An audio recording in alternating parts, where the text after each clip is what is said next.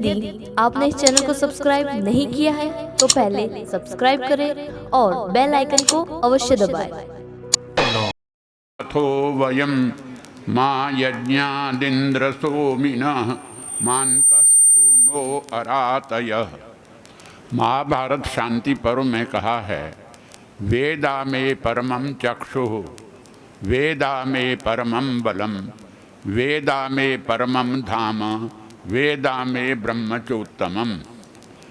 वेद मेरा उत्तम नेत्र है, वेद ही मेरा परम बल है, वेद ही मेरा धाम आधार है और वेद ही मुझे महान बनाने वाला, ईश्वर को प्राप्त कराने वाला है। तो वेद पर तो बहुत अधिक चर्चाएं हो गई और हमारे विद्वद वरेण्य डॉक्टर वेदपाल जी ने कोई विषय नहीं छोड़ा, कितना गंभीरता से सारी बातें बता दी। और ये वेद जो है, इसके भाष्य करने में स्वामी दयानंद जी ने अपना जीवन गंवा दिया। आप कहेंगे कैसे? युगपत ज्ञानानुत्पत्तिर मनसो लिंगम। मन का लक्षण यह है कि एक समय में एक ही तरफ उसका चिंतन रहता है, दो तरफ नहीं। तो महर्षि दयानंद ने वेद भाष्य के लिखने करने में इतना जो है अपने चित्त को लगा दिया कि दूसरा विषय उपस्थित ही नहीं हुआ। मैंने अनुभव किया कि कोई कठिन विषय हो तो चित्त कहाँ जाता है। सन 68 में ब्यावर में निरंजन देव तीर्थ कह रहे थे, और इस समय तो वहाँ पर महिला महाविद्यालय है ब्यावर में, पहले वहाँ बैंक का नौरा हुआ करता था। तो निरंजन देव तीर्थ वहाँ 68 की बात है, ब्यावर में गीता मंदिर से कह रहे थे कि जो कृष्ण ने यदि माखन चोरी कर लिया तो कोई बड़ी बात नहीं, वेद में लिखा तस्कराणाम पतये नमः। वेद के यजुर्वेद के 16वें मंत्र में सभापति व्यष्ट वो नमा आदि है, तस्कराणाम पतये। तो मैंने भी सुना इस बात को। तो संध्या करते करते शाम को अचानक एक बात सूझी और मन झट वेद निकाल लिया। तो बैठे वाले लोगों ने कहा कि संध्या के बीच में कैसे उठ गए। मुझे एक ध्यान आया कि तस्करों चोरों के साथ कैसे व्यवहार करना है, इसका यजुर्वेद के 11वें अध्याय में वर्णन है। ये स्तेना ये च तस्करास्तांस्ते अग्ने पि दधाम्यास्ति। हे अग्ने, जो चोर हैं, डाकू हैं, तस्कर हैं, उनको तुम्हारी लप लपाती लपटों में डाल दें। ये अलंकारिक वर्णन है और ईश्वर की न्याय में डाल दें, ये भी अर्थ है। तो मैंने कहा कि यहाँ चोरों को तो डाकुओं को तो अग्नि में जलाने की बात है।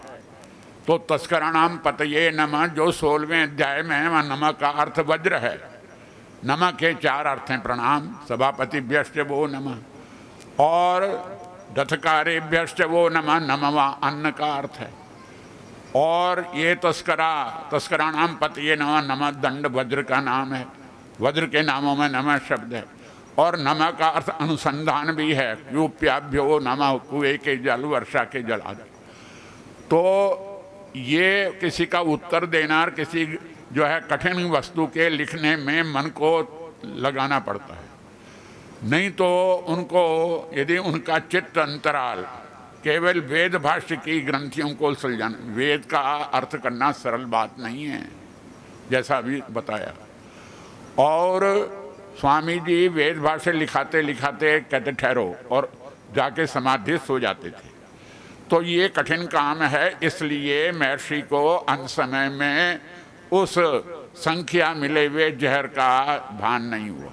नहीं तो जिसने उदयपुर में बैठे हुए महाराणा सज्जन सिंह से कहा कि अलीगढ़ के पंडित सुंदरलाल जो है चित्तौड़गढ़ आ गए हैं, यदि पहले व्यवस्था होती तो वो जो हैं उनके लिए वाहन की व्यवस्था हो जाती। तो महाराणा सज्जन सिंह ने कहा कि क्योंकि उस समय चित्तौड़गढ़ से उदयपुर तो ट्रेन नहीं थी, उनका कि वाहन की व्यवस्था अब भी हो सकती है। महर्षि दयानंद ने कहा कि नहीं, अब तो उन्होंने एक बैलगाड़ी किराए पर कर ली है, एक बैल उनका सफ़ेद है, एक बैल के पीठ पर चकत्ते हैं। उदयपुर बैठे हुए परोक्ष ज्ञान है और भविष्य ज्ञान भी। भविष्य ज्ञान क्या? उनके पास में बैठा हुआ है राजनाथ नाम का युवक सेवा करता हुआ, और कहा कि 1 घंटे बाद नहीं तेरा पिता आने वाला। 1 घंटे बाद आ गया और बोले महाराज मेरे बेटे को क्या साधु बना? बोले जबरदस्ती सेवा करने आ गया। ये भविष्य ज्ञान हो गया। और प्रातिभ ज्ञान क्या है कि अचानक जो है महाराज उससे समाधि से उठ के आए तो जो है लोगों ने कहा कि आज मुस्कुरा रहे हैं क्यों आप? बोले अभी एक कौतुक होने वाला है। थोड़ी देर में एक पंडित आया, मिठाई का पैकेट रख करके कहने लगा महाराज आप आरोग हो, सेवन करो। बोले तुम सेवन करो? बोले नहीं। कहा करो तुम सेवन। तो कांपने लग गया और भाग छूटा, वो जहर मिला हुआ था। तो ऐसे परोक्ष ज्ञान, भविष्य ज्ञान और प्रातिभ ज्ञान के धनी महर्षि दयानंद को अवश्य पता लग जाता कि ये जो है इसमें संख्या मिला हुआ है। तो ऐसे जो पवित्र महर्षि दयानंद का भाष्य है वो 13 वॉल्यूम में है। 9 वॉल्यूम तो ऋग्वेद के, 4 वॉल्यूम यजुर्वेद के।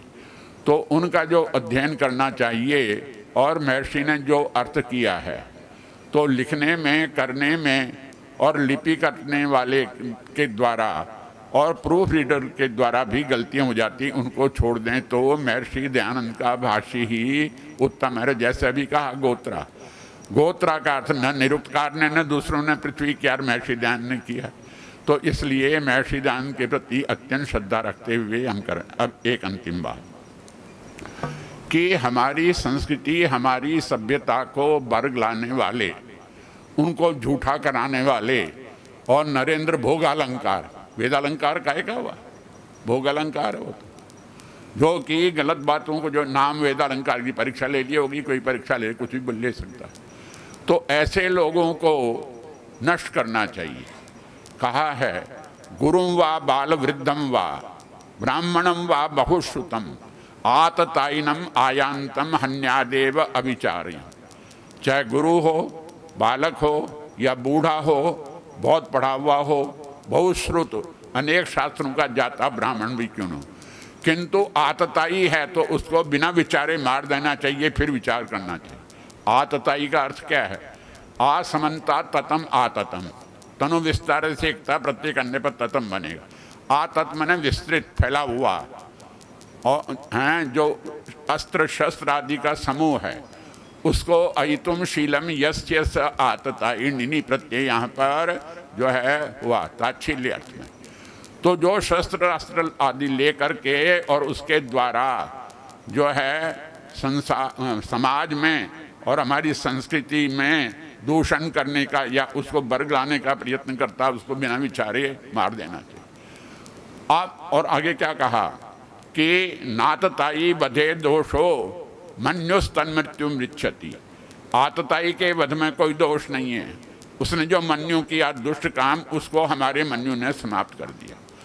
तो अभिप्राय तो ये है कि हम सहन न करें और उसके विरुद्ध लड़ें, और चाहे वो जो क्या नाम ये न्यायाधीश हों और चाहे उनके जो है सहायता करने वाले लोग हों, उनसे पहले तो हम मौखिक और चैलेंज दे करके उनको करें। और सुप्रीम कोर्ट का न्यायाधीश है उसके विरुद्ध भी करें। सुप्रीम कोर्ट का जो न्यायाधीश है वो भी तो जो मनुष्य है, और गलत गलत उसके अंदर भावनाएं।